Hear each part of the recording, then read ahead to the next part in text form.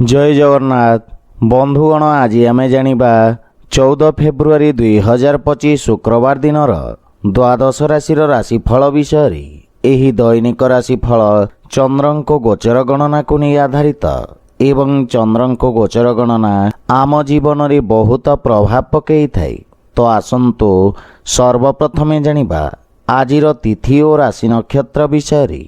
आज हेउची 14 फेब्रुआरी 2025 शुक्रवार फाल्गुन कृष्ण पक्ष द्वितीया रात्र 9:54 गते तृतीया। आज पूर्वा फाल्गुनी नक्षत्र रात्र 11:10 गते उत्तरा फाल्गुनी नक्षत्र। आज सिंह चंद्र निशी 5:45 गते कन्या चंद्र। आजिर सांवत्सरिक श्राद्ध द्वितीयार एकधिष्ट और पार्वण। आजिर शुभ बेला प्रातः 6:25 रु दिवा 7:11 पर्यंत। आजिर सूर्योदय प्रातः 6:25। आजिर सूर्यास्त संध्या 5:51। आज कर्कट और मकर राशि पुरुष मानक घात चंद्र एवं बिछा धनु और मीन राशि घातबार। आज बैतालु खाइबा निषिद्ध। तो बंधुगण आसंतु जानिबा आजिर राशिफल विषय। ता पूर्वरु आम चैनल को जो माने नुआ करी आछंती तळे थिबा लाल रंगर सब्सक्राइब बटन को दबाई आम चैनल को सब्सक्राइब करंतो ओ पाखरे थिबा घंटी बटन को दबाई ऑल रे सिलेक्ट करंतो काहेकि ना आमे अपलोड करिथिबा प्रत्येक वीडियो नोटिफिकेशन आपण सर्वप्रथमे पाई परिबे। तो प्रथमे जानिबा मेष राशि विषय। आपणक राशि स्थान रु पंचम भाव रे चंद्रदेव गोचर। आपणक कार्यक्षेत्र रे कौनसी परिचित व्यक्ति माध्यम लाभर स्थिति प्रस्तुत करिबा। विद्यार्थी छात्र छात्री माने समयर पूर्ण सदुपयोग करिबारे सक्षम रहिबे। नुआ ज्ञान और अनुभव प्राप्त करिबे। संतान पक्षर उन्नति रे आपणको विशेष आनंद प्राप्ति हेबा। संतान आपणक आज्ञार पालन करिबे एवं पारिवारिक वातावरण रे शांति सौहार्द्य बजाय रहिबा। मातांक सहित जदि कोनोसी मनमालिन्य थाए ताहा दूर हेबाकु लागिबा। भाई भौणींक सहयोगरु आपणक समस्त कार्य रे सफलता प्राप्त करिबे किंतु कार्य रे शिथिलता कारणरु मन व्यथित रहिबा।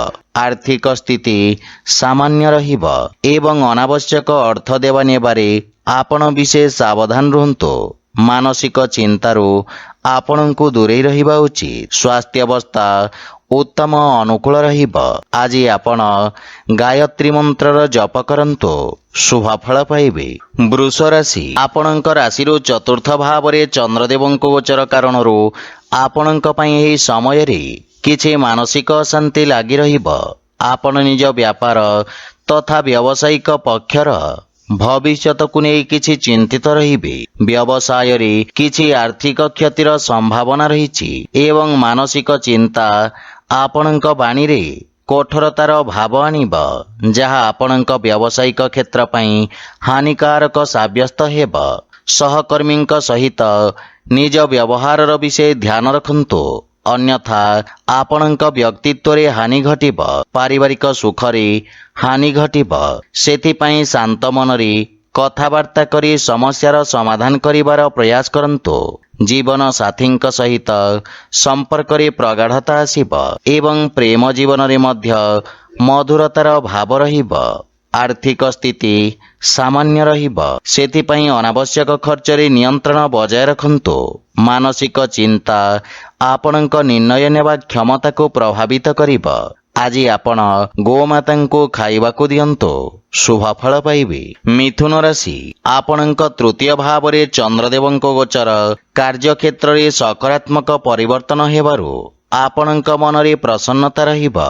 राजनैतिक वर्चस्व रे वृद्धि हेबा एवं आपण हाथ रे नैथिबा समस्त कार्य कुशलता सहित पूर्ण करिबे। व्यवसायी वर्गंक पई एही समय नुआ योजना को क्रियान्वित करिबा पई उत्तम समय। आपण निज कार्य को सफलता पूर्वक विस्तार करिबे एवं परिवारर सुख समृद्धि पई व्यय करिबे।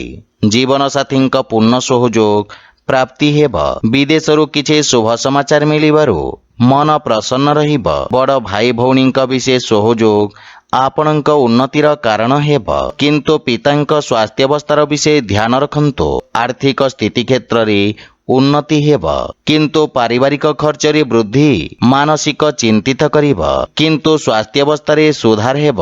ଆଜି ଆପଣ ବାଳକମାନଙ୍କୁ ଖାଇବାକୁ ଦିଅନ୍ତୁ, ଶୁଭଫଳ ପାଇବେ। କର୍କଟ ରାଶି, ଆପଣଙ୍କ ରାଶିରୁ ଦ୍ୱିତୀୟ ଭାବରେ ଚନ୍ଦ୍ରଦେବଙ୍କ ଗୋଚର ଆପଣଙ୍କୁ ନିଜ ବାଣୀ ଦ୍ୱାରା ଲାଭ ପ୍ରଦାନ କରାଇବ ଏବଂ ନିଜ ବାଣୀ ଦ୍ୱାରା ଆପଣ ସମସ୍ତଙ୍କ ପ୍ରିୟ ଭାଜନ ହେବେ। କୌଣସି ମହତ୍ୱପୂର୍ଣ୍ଣ ବ୍ୟକ୍ତିଙ୍କ ସହିତ ଆପଣ ଦେଖା ସାକ୍ଷାତ କରିପାରନ୍ତି, ଯାହାଙ୍କ ମାର୍ଗଦର୍ଶନ ଆପଣଙ୍କ କାର୍ଯ୍ୟକ୍ଷେତ୍ରରେ ଅତ୍ୟଧିକ ସହାୟକ ସାବ୍ୟସ୍ତ ହେବ। ଆପଣଙ୍କ ବାଣୀ ତଥା ଲେଖନୀରେ ମଧୁରତା ତଥା ଆକର୍ଷଣର ସଞ୍ଚାର ହେବ ଏବଂ ଆପଣଙ୍କ କାର୍ଯ୍ୟର ସମସ୍ତ ଜାଗାରେ ପ୍ରଶଂସା ହେବ। ଉଚ୍ଚ ଅଧିକାରୀଙ୍କ ପକ୍ଷରୁ ଆପଣଙ୍କ କାର୍ଯ୍ୟକୁ ସମ୍ମାନ ପ୍ରାପ୍ତି ହେବ। ପାରିବାରିକ ଜୀବନରେ ନୂଆ ଉତ୍ସାହ ଆସିବ ଏବଂ ଜୀବନସାଥୀ ଆପଣଙ୍କ ସମ୍ମାନ କରିବେ ତଥା ସମ୍ପର୍କରେ ଘନିଷ୍ଠତା ଆସିବ। ପରସ୍ପରକୁ ଭଲ ଭାବରେ ବୁଝିବା ପାଇଁ ସ୍ୱର୍ଣ୍ଣିମ ଅବସର। ଛୋଟ ଭାଇ ଭଉଣୀଙ୍କ ପକ୍ଷରୁ ସ୍ନେହ ମିଳିବ ଏବଂ ଆପଣଙ୍କ ଅନୁସରଣ କରିବେ। ପ୍ରେମ ସମ୍ବନ୍ଧ ପାଇଁ ସମୟ ଉତ୍ତମ ଅନୁକୂଳ ରହିଛି। ପୂର୍ବରୁ ଲାଗି ରହିଥିବା ସମସ୍ତ ସମସ୍ୟା ଦୂର ହେବ ଏବଂ ଆର୍ଥିକ ସ୍ଥିତିରେ ସୁଧାର ଆସିବ। ପାରିବାରିକ ସମ୍ପତ୍ତିରେ ମଧ୍ୟ ବୃଦ୍ଧି ଘଟିବ ତଥା ଆପଣଙ୍କ ସୁଖ ସୁବିଧାରେ ମଧ୍ୟ ବୃଦ୍ଧି ଘଟିବ। ସ୍ୱାସ୍ଥ୍ୟାବସ୍ଥା ଉତ୍ତମ ଅନୁକୂଳ ରହିଛି। ଆଜି ଆପଣ ଭଗବାନ ଜଗନ୍ନାଥଙ୍କ ଉପାସନା କରନ୍ତୁ, ଶୁଭଫଳ ପାଇବେ। ସିଂହ ରାଶି, ଆପଣଙ୍କ ରାଶି ସ୍ଥାନରୁ ଚନ୍ଦ୍ରଦେବଙ୍କ ଗୋଚର ପୂର୍ବ ସମୟରୁ ଦେଖା ଦେଉଥିବା ସମସ୍ୟାକୁ ସମାପ୍ତ କରିବ। ଆପଣଙ୍କ ଆତ୍ମବିଶ୍ୱାସରେ ବୃଦ୍ଧି ଘଟିବ ଏବଂ ଆପଣଙ୍କ ବ୍ୟକ୍ତିତ୍ୱରେ ଚମକ ଆସିବ। ଆପଣଙ୍କ କ୍ରୋଧୀ ସ୍ୱଭାବରେ ହାନି ଘଟିବା କାରଣରୁ ଆପଣ ଚିନ୍ତାରୁ ମୁକ୍ତି ପାଇବେ। ବ୍ୟବସାୟିକ ତଥା ବ୍ୟାପାର କ୍ଷେତ୍ରରେ ସୁଧାର କାରଣରୁ ମନ ପ୍ରସନ୍ନ ରହିବ। ଆପଣ କାର୍ଯ୍ୟକ୍ଷେତ୍ରରେ କିଛି ନୂଆ ପରିବର୍ତ୍ତନ କରିବେ, ଯାହା ଭବିଷ୍ୟତରେ ଆପଣଙ୍କୁ ଶୁଭଫଳ ପ୍ରଦାନ କରାଇବ। ଜୀବନସାଥୀ ଆପଣଙ୍କ ବ୍ୟକ୍ତିତ୍ୱରେ ଆସିଥିବା ପରିବର୍ତ୍ତନରେ ପ୍ରଭାବିତ ହେବେ। ସନ୍ତାନ ପକ୍ଷରୁ କୌଣସି ଶୁଭ ସମାଚାର ଆପଣଙ୍କ ଚିନ୍ତାକୁ କମ୍ କରିବ।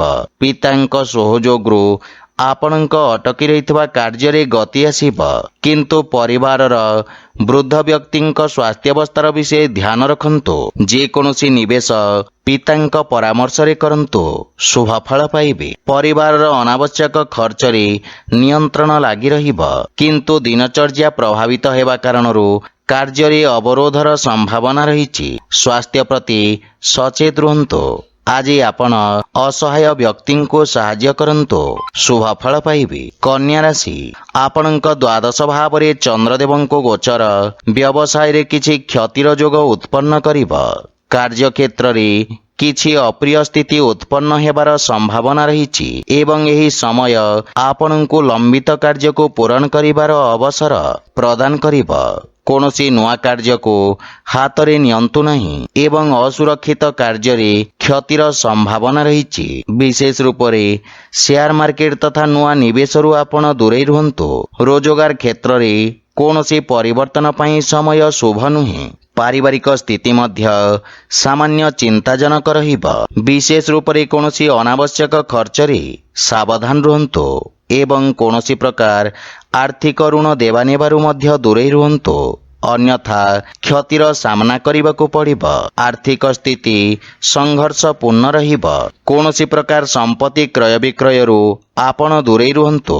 ସ୍ୱାସ୍ଥ୍ୟାବସ୍ଥା ସାମାନ୍ୟ ରହିବ, କିନ୍ତୁ ଆଖିଜନିତ ସ୍ୱାସ୍ଥ୍ୟ ସମସ୍ୟାରେ ବିଶେଷ ସାବଧାନ ରୁହନ୍ତୁ। ଆଜି ଆପଣ ଦୁର୍ଗା ସପ୍ତଶତୀ ପାଠ କରନ୍ତୁ, ଶୁଭଫଳ ପାଇବେ। ତୁଳା ରାଶି, ଆପଣଙ୍କ ଲାଭ ଭାବରେ ଚନ୍ଦ୍ରଦେବଙ୍କ ଗୋଚର ଆପଣଙ୍କ ଲାଭର ସ୍ଥିତିକୁ ଆହୁରି ବୃଦ୍ଧି କରିବାର ଅବସର ପ୍ରଦାନ କରିବ। ଅଟକି ରହିଥିବା କାର୍ଯ୍ୟରେ ପ୍ରଗତି ଆସିବ ଏବଂ ଆକସ୍ମିକ ଧନଲାଭର ଯୋଗ ରହିଛି। ବାଣିଜ୍ୟ ବ୍ୟବସାୟରେ ଆପଣଙ୍କ ଦ୍ୱାରା ପୂର୍ବରୁ କରାଯାଇଥିବା ପରିଶ୍ରମର ଉତ୍ତମ ଫଳ ମିଳିବ। ବ୍ୟବସାୟରେ ବୃଦ୍ଧି ହେବ ତଥା ଚାକିରି କ୍ଷେତ୍ରରେ ମଧ୍ୟ ପଦୋନ୍ନତିର ଯୋଗ ରହିଛି, କିନ୍ତୁ ଜୀବନସାଥୀଙ୍କ ସହିତ କୌଣସି କଥାକୁ କେନ୍ଦ୍ର କରି ମତଭେଦ ଦେଖାଦେଇପାରେ। ମାତାଙ୍କ ପୂର୍ଣ୍ଣ ସହଯୋଗ ଆପଣଙ୍କ ଉପରେ ଲାଗି ରହିବ ଏବଂ ପାରିବାରିକ ବାତାବରଣ ସୁଖଦ ରହିବ। ଛୋଟ ବାଳକମାନଙ୍କ ସହିତ ଆପଣ ଉତ୍ତମ ସମୟ ବ୍ୟତୀତ କରିବେ। ପ୍ରେମ ଜୀବନରେ ନୂଆ ଉର୍ଜାର ସଞ୍ଚାର ହେବ ଏବଂ ଆର୍ଥିକ ସ୍ଥିତି ସୁଦୃଢ଼ ହେବାକୁ ଲାଗିବ। କିନ୍ତୁ ଅନାବଶ୍ୟକ ଖର୍ଚ୍ଚରେ ନିୟନ୍ତ୍ରଣ ବଜାୟ ରଖନ୍ତୁ ଏବଂ ସ୍ୱାସ୍ଥ୍ୟାବସ୍ଥାର ବିଶେଷ ଧ୍ୟାନ ରଖନ୍ତୁ। ଦିନଚର୍ଯ୍ୟାକୁ ନିୟମିତ ରଖିବାର ପ୍ରୟାସ ସହାୟକ ସିଦ୍ଧ ହେବ। ଆଜି ଆପଣ ଭଗବାନ ଗଣେଶଙ୍କୁ ଦୁବ ଅର୍ପଣ କରନ୍ତୁ, ଶୁଭଫଳ ପାଇବେ।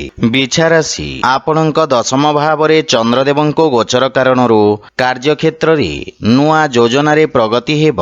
ବ୍ୟବସାୟୀମାନଙ୍କ ପାଇଁ ରୋଜଗାରର ନୂଆ ଏବଂ ଉତ୍ତମ ଅବସର ପ୍ରାପ୍ତି ହେବ। ରାଜକୀୟ ପକ୍ଷରେ ଜଡ଼ିତ ବ୍ୟକ୍ତିଙ୍କୁ ଆର୍ଥିକ ଲାଭ ହେବ। ନୂଆ ବ୍ୟବସାୟର ପ୍ରାରମ୍ଭ ପାଇଁ ସମୟ ଉତ୍ତମ ଅନୁକୂଳ ରହିଛି ଏବଂ ଲାଭର ସ୍ଥିତି ମଧ୍ୟ ଉତ୍ତମ ରହିଛି। ଆପଣଙ୍କ ନୂଆ ବିଚାର ତଥା କ୍ରାନ୍ତିକାରୀ ଭାବନା ଆପଣଙ୍କ କାର୍ଯ୍ୟକ୍ଷେତ୍ରରେ ଉତ୍ତମ ପରିଣାମ ପ୍ରଦାନ କରିବ। ପିତାଙ୍କ ସମ୍ପର୍କରେ ସୁଧାର ଆସିବ ଏବଂ ପରିବାରରେ ସୁଖଦ ବାତାବରଣ ଲାଗି ରହିବ। ସନ୍ତାନ ଆପଣଙ୍କ ମାର୍ଗଦର୍ଶନର ଅନୁସରଣ କରିବେ ଏବଂ ଆପଣ ଜୀବନ ସାଥୀଙ୍କ ଭାବନାକୁ ସମ୍ମାନ କରିବେ ଏବଂ ପରସ୍ପର ମଧ୍ୟରେ ସହଯୋଗ ଓ ପ୍ରେମ ଭାବ ବୃଦ୍ଧି ପାଇବ। ଆୟର ନୂଆ ସ୍ରୋତର ନିର୍ମାଣ ହେବ। ଆର୍ଥିକ ସ୍ଥିତି ସୁଦୃଢ଼ ହେବାକୁ ଲାଗିବ। ସ୍ୱାସ୍ଥ୍ୟାବସ୍ଥା ଉତ୍ତମ ଅନୁକୂଳ ରହିଛି ଏବଂ ଶ୍ୱାସ ସମ୍ବନ୍ଧିତ ରୋଗୀ ବିଶେଷ ଧ୍ୟାନ ରଖନ୍ତୁ। ଆଜି ଆପଣ ଗରିବ ବ୍ୟକ୍ତିଙ୍କୁ ଭୋଜନ ଦାନ କରନ୍ତୁ, ଶୁଭଫଳ ପାଇବେ। ଧନୁରାଶି, ଆପଣଙ୍କ ଭାଗ୍ୟ ଭାବରେ ଚନ୍ଦ୍ରଦେବଙ୍କ ଗୋଚର ପୂର୍ବରୁ ଚାଲି ଆସୁଥିବା ସମସ୍ୟାର ସ୍ଥିତିରେ ସୁଧାର କରିବ। ଭାଗ୍ୟ ଆପଣଙ୍କ ସପକ୍ଷରେ ରହିବ। ଅସୁରକ୍ଷିତ କାର୍ଯ୍ୟ ତଥା ସେୟାର ମାର୍କେଟ ଆଦିରୁ ଆପଣ ବିଶେଷ ଲାଭବାନ ହେବେ। ବିଦ୍ୟାର୍ଥୀ ଛାତ୍ରଛାତ୍ରୀମାନଙ୍କ ପାଇଁ ସମୟ ଉତ୍ତମ ଅନୁକୂଳ ରହିଛି ଏବଂ ରୋଜଗାର ପାଇଁ ପ୍ରୟାସରତ ବ୍ୟକ୍ତିଙ୍କୁ କିଛି ଶୁଭ ସମାଚାର ମିଳିବ। ପାରିବାରିକ ସମ୍ପର୍କରେ ଦେଖାଦେଉଥିବା ମନୋମାଳିନ୍ୟ ଦୂର ହେବାକୁ ଲାଗିବ ଏବଂ ମାନସିକ ଚିନ୍ତାରୁ ମୁକ୍ତି ମିଳିବ। ପରିବାର ସଦସ୍ୟଙ୍କ ସହଯୋଗ ପ୍ରାପ୍ତ ହେବାରୁ ବ୍ୟବସାୟିକ କ୍ଷେତ୍ରରେ ମଧ୍ୟ ଆଶ୍ୱସ୍ତି ଅନୁଭବ କରିବେ। କିନ୍ତୁ ମାତାଙ୍କ ସହିତ ସମ୍ପର୍କର ବିଷୟ ଧ୍ୟାନ ରଖନ୍ତୁ। ଛୋଟ ଭାଇ ଭଉଣୀଙ୍କ ସହଯୋଗରୁ ଲାଭ ପ୍ରାପ୍ତି ହେବ। ସେୟାର ମାର୍କେଟ ଆଦିରୁ ଆକସ୍ମିକ ଲାଭର ଯୋଗ ରହିଛି ଏବଂ ଆର୍ଥିକ ସ୍ଥିତିରେ ମଧ୍ୟ ସୁଧାର ଆସିବ। ସ୍ୱାସ୍ଥ୍ୟ ପକ୍ଷ ମଜବୁତ ରହିବ ଏବଂ ଅସ୍ଥାୟୀ ରୋଗରୁ ମୁକ୍ତି ମିଳିବ। ଆଜି ଆପଣ ଭଗବାନ ଶିବଙ୍କ ପୂଜାର୍ଚ୍ଚନା କରନ୍ତୁ, ଶୁଭଫଳ ପାଇବେ। ମକର ରାଶି, ଆପଣଙ୍କ ଅଷ୍ଟମ ଭାବରେ ଚନ୍ଦ୍ରଦେବଙ୍କ ଗୋଚର କାରଣରୁ ଆପଣଙ୍କୁ କାର୍ଯ୍ୟକ୍ଷେତ୍ରରେ କିଛି ସମସ୍ୟାର ସାମ୍ନା କରିବାକୁ ପଡ଼ିବ। ଆପଣଙ୍କ ମାନସିକ ଚିନ୍ତାର ସ୍ଥିତି ଉତ୍ପନ୍ନ କରିବ। ଦୈନିକ ଦିନଚର୍ଯ୍ୟାରେ ବ୍ୟବଧାନ ଦେଖାଦେବ। ସେଥିପାଇଁ ସମୟର ସଦୁପଯୋଗ କରନ୍ତୁ। ମାନସିକ ଚିନ୍ତା କାରଣରୁ ଆପଣଙ୍କ ବାଣୀରେ କଠୋରତାର ଭାବ ରହିବ। ଜୀବନ ସାଥୀଙ୍କ ସମ୍ପର୍କରେ ବାଦବିବାଦ ଓ ମନୋମାଳିନ୍ୟର ସ୍ଥିତି ରହିବ। ସେଥିପାଇଁ ଆପଣ ନିଜ ଭାବନାରେ ନିୟନ୍ତ୍ରଣ ରଖନ୍ତୁ। ନିଜ କାର୍ଯ୍ୟ ଯୋଜନା ତଥା ଗୋପନୀୟ କାଗଜପତ୍ର ଓ ଦସ୍ତାବେଜକୁ ଗୋପନୀୟ ରଖନ୍ତୁ, ଅନ୍ୟଥା କ୍ଷତିରେ ପଡ଼ିପାରନ୍ତି। ଅନାବଶ୍ୟକ ଖର୍ଚ୍ଚରେ ସାବଧାନ ରୁହନ୍ତୁ। ଆର୍ଥିକ ସ୍ଥିତି ଉତ୍ତମ ହେବାକୁ ଲାଗିବ। ସରକାରୀ ବା ପ୍ରବନ୍ଧନ କ୍ଷେତ୍ରରୁ ସହଯୋଗ ପ୍ରାପ୍ତି ହେବ। ଆପଣଙ୍କ ପ୍ରଭାବ କ୍ଷେତ୍ରରେ ମଧ୍ୟ ବୃଦ୍ଧି ଘଟିବ। ମାନସିକ ଚିନ୍ତା କାରଣରୁ ମୁଣ୍ଡ ତଥା ଆଖିଜନିତ ସମସ୍ୟା ଦେଖାଦେବାର ସମ୍ଭାବନା ରହିଛି। ଆଜି ଆପଣ ମାତା ଲକ୍ଷ୍ମୀଙ୍କ ଆରାଧନା କରନ୍ତୁ, ଶୁଭଫଳ ପାଇବେ। କୁମ୍ଭ ରାଶି, ଆପଣଙ୍କ ସପ୍ତମ ଭାବରେ ଚନ୍ଦ୍ରଦେବଙ୍କ ଗୋଚର ଆପଣଙ୍କ ବ୍ୟାପାରିକ ସହଭାଗୀଙ୍କ ଠାରୁ ଆପଣଙ୍କୁ ଲାଭ ପ୍ରଦାନ କରିବ। ବ୍ୟବସାୟର ସ୍ଥିତି ଉତ୍ତମ ହେବାକୁ ଲାଗିବ ଏବଂ ନୂଆ କାର୍ଯ୍ୟ ଯୋଜନାର ରୂପରେଖା ପ୍ରସ୍ତୁତ କରିବେ। ଆପଣଙ୍କ ସହଯୋଗୀମାନଙ୍କ ଆଦର କରିବା ଉଚିତ। ପାରିବାରିକ ସ୍ତରରେ ଜୀବନସାଥୀଙ୍କ ସହଯୋଗ ପ୍ରାପ୍ତି ହେବ ଏବଂ ପରସ୍ପର ମଧ୍ୟରେ ସହଯୋଗ ଓ ପ୍ରେମ ଭାବ ରହିବ। ଜୀବନ ସାଥୀଙ୍କ ସହିତ ମହତ୍ୱପୂର୍ଣ୍ଣ କଥାର ଚର୍ଚ୍ଚା କରିବେ, ଯାହାଫଳରେ ଜୀବନ ସମ୍ବନ୍ଧିତ ମହତ୍ୱପୂର୍ଣ୍ଣ ନିର୍ଣ୍ଣୟ ନେବାରେ ସହାୟତା ମିଳିବ ଏବଂ ଆର୍ଥିକ ସହଯୋଗ ମିଳିବ। ପୁରୁଣା ବନ୍ଧୁମିତ୍ରଙ୍କ ସହିତ ଆପଣ ଦେଖା ସାକ୍ଷାତ କରି ପ୍ରସନ୍ନତା ଅନୁଭବ କରିବେ। ଧାର୍ମିକ ଆଧ୍ୟାତ୍ମିକ କାର୍ଯ୍ୟ ପ୍ରତି ଆପଣଙ୍କ ରୁଚି ବଢ଼ିବ ଏବଂ ସ୍ୱାସ୍ଥ୍ୟାବସ୍ଥାରେ ରକ୍ତ ସମ୍ବନ୍ଧିତ ବିକାର ପ୍ରତି ସାବଧାନ ରହିବାର ଆବଶ୍ୟକ ରହିଛି। ଆଜି ଆପଣ ଓଂ ହଂ ହନୁମତେ ନମଃ ମନ୍ତ୍ରର ଜପ କରନ୍ତୁ, ଶୁଭ ଫଳ ପାଇବେ। ମୀନ ରାଶି, ଆପଣଙ୍କ ଷଷ୍ଠ ଭାବରେ ଚନ୍ଦ୍ରଦେବଙ୍କ ଗୋଚର ଆପଣଙ୍କ ଶତ୍ରୁପକ୍ଷକୁ ପ୍ରଭାବିତ କରିବ। ଆକସ୍ମିକ ଭାବରେ କିଛି ସମସ୍ୟା ଉତ୍ପନ୍ନ ହୋଇପାରେ।